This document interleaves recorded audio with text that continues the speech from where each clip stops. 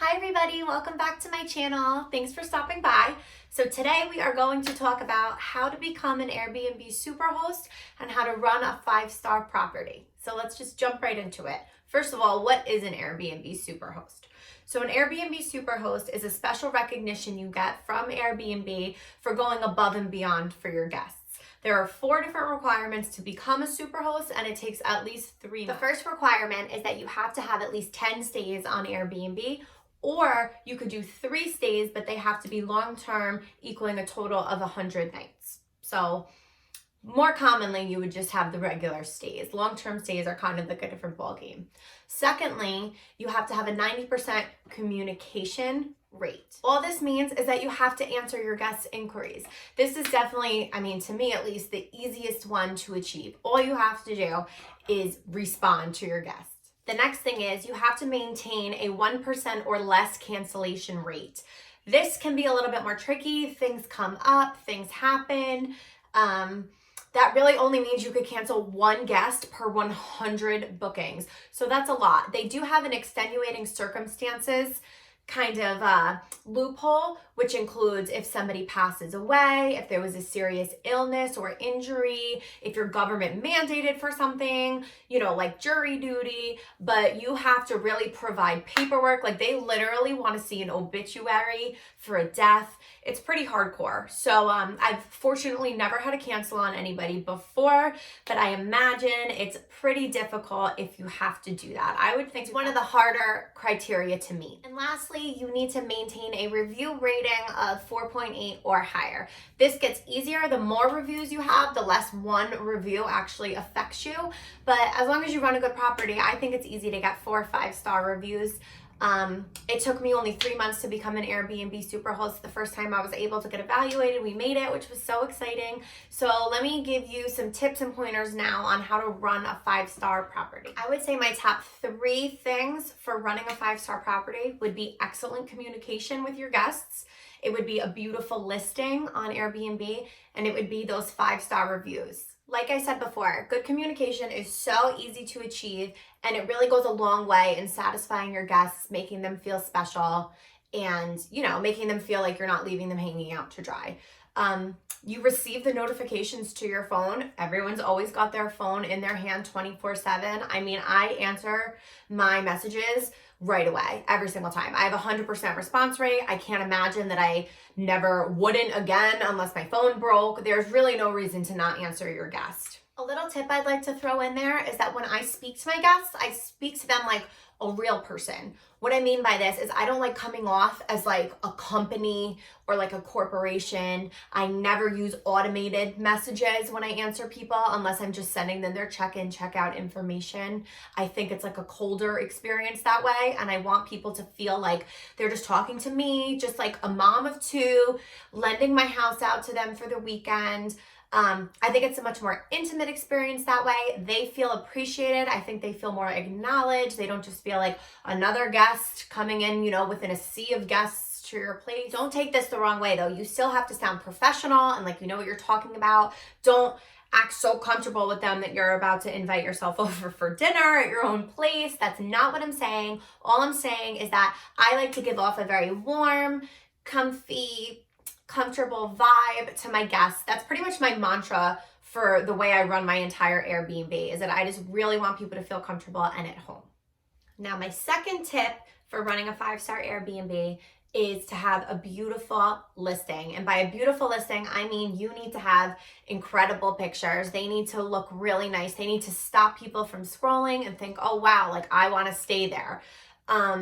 You don't have to have professional photos taken. Right now, we don't have professional photos. I actually took pretty decent pictures with my iPhone camera. I brightened them up. I made the quality look really nice. It's not a necessity, but it definitely makes a difference. Statistically speaking, people with professional pictures on their listings make 24% more bookings, and they also are typically able to list their pricing 26% higher because of their pictures. In my opinion, you don't have to break the bank on a professional photographer, but it's an investment in your business. You're gonna end up making more money in the long run. Isn't that what we all want? I'm actually waiting on a few things to come in for my Airbnb furniture-wise, and then I'm going to get professional photos taken. It's not hard to find somebody. Airbnb actually sets it up for you if you want. They find local photographers in your area. They completely encourage it because they know you'll make more money with professional pictures, which means they're gonna make more money. So it's really, really like not a necessity, but you're gonna make more money on it. It's worth it. Lastly, and most importantly, you need 5-star reviews.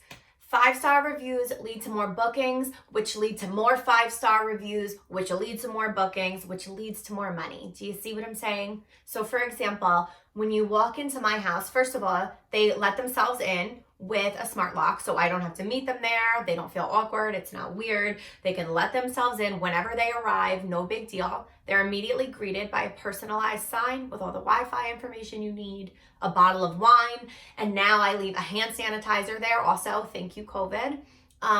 But again, you don't have to spend a lot of money. I'm not leaving them Dom Perignon. The whole point of this is like, it's the thought that counts. Like that's the main goal with all of these amenities. People definitely feel special when you go above and beyond. I also leave a guest book by the door that most guests actually sign when they leave, and it's so sweet. They always have the nicest messages. I think it gets the new guests that come in excited to stay here. They read them, and it's so sweet. It's so personalized, and I really love doing that. I'm already on my second guest book. One is completely full. This one's now half full. It's just a really fun, intimate thing to look at. So the house is spotless when they walk in. Obviously, it should be nothing less than spotless. So that's really all I'm going to say about it, and we're going to move on from it. It's got to be clean, and that's it, period. We have one air freshener in the house for the whole house because you want it to smell clean and nice. You know, sometimes you get funky smells from the weather. If it rained the day before, if it was warm, they didn't have the air conditioning on previously. Whatever the case may be, we leave one air freshener for the whole house. I usually do a laundry-like scent, something that's just mild and smells clean, and that's it. You don't want to asphyxiate people with this like overwhelming smell when they walk in. That is a no-no. People do not like that. I also leave a candle that I do more seasonally, the smell, something a little cozier and more fragrant. I know this might sound ridiculous to some people, but I get a lot of feedback on the way my Airbnb smells and the candles. So I'm throwing it in here because I get great reviews from it. It makes a difference. The next thing is I have throw blankets and throw pillows on every couch, every bed, even sometimes I have a reading nook in one of my houses. I have a little blanket there with some pillows. Again, you just really want it to feel cozy, cozy, cozy. Make sure they're clean, make sure they smell good. Always, you know, double check those things, but they're a big hit all the time. My throw blankets are a huge hit. And fun fact, that's a side note, you actually save money on your electric bill by having blankets and stuff like that laying around easily accessible, because people are more likely to just grab a blanket or take off a blanket than get up and change the thermostat. I know that sounds crazy, but that's a fact, okay? I don't know what to tell you. Moving on to the kitchen. So in the kitchen, I always replace the sponge that's in the sink after every single guest. There's nothing more gross than a dirty used sponge by a stranger that is smelly and wet and nasty. Ugh. So they always get a fresh, clean sponge. I have a Keurig at both houses. I stock it with K-cups for their duration of their stay, along with sugar and creamer. The kitchen is stocked head to toe with pots, pans, cooking utensils, you know, silverware, everything they need to have a full-blown meal. I also leave oil for cooking because I don't want them to ruin my pots. These are little things you have to think about. I also stock it with spices, salt, pepper. There's a Brita filter in the fridge that's always filled up before they get there so they can have nice, clean, filtered water. I have a washer and dryer also in the kitchen, which is always stocked with detergent. The dishwasher is always stocked with detergent. I mean, I really basically just fill the house with everything you could possibly want or need in that aspect. The bathroom is equipped with toilet paper for the duration of their stay. I leave body wash, shampoo, conditioner, body lotion, tissues.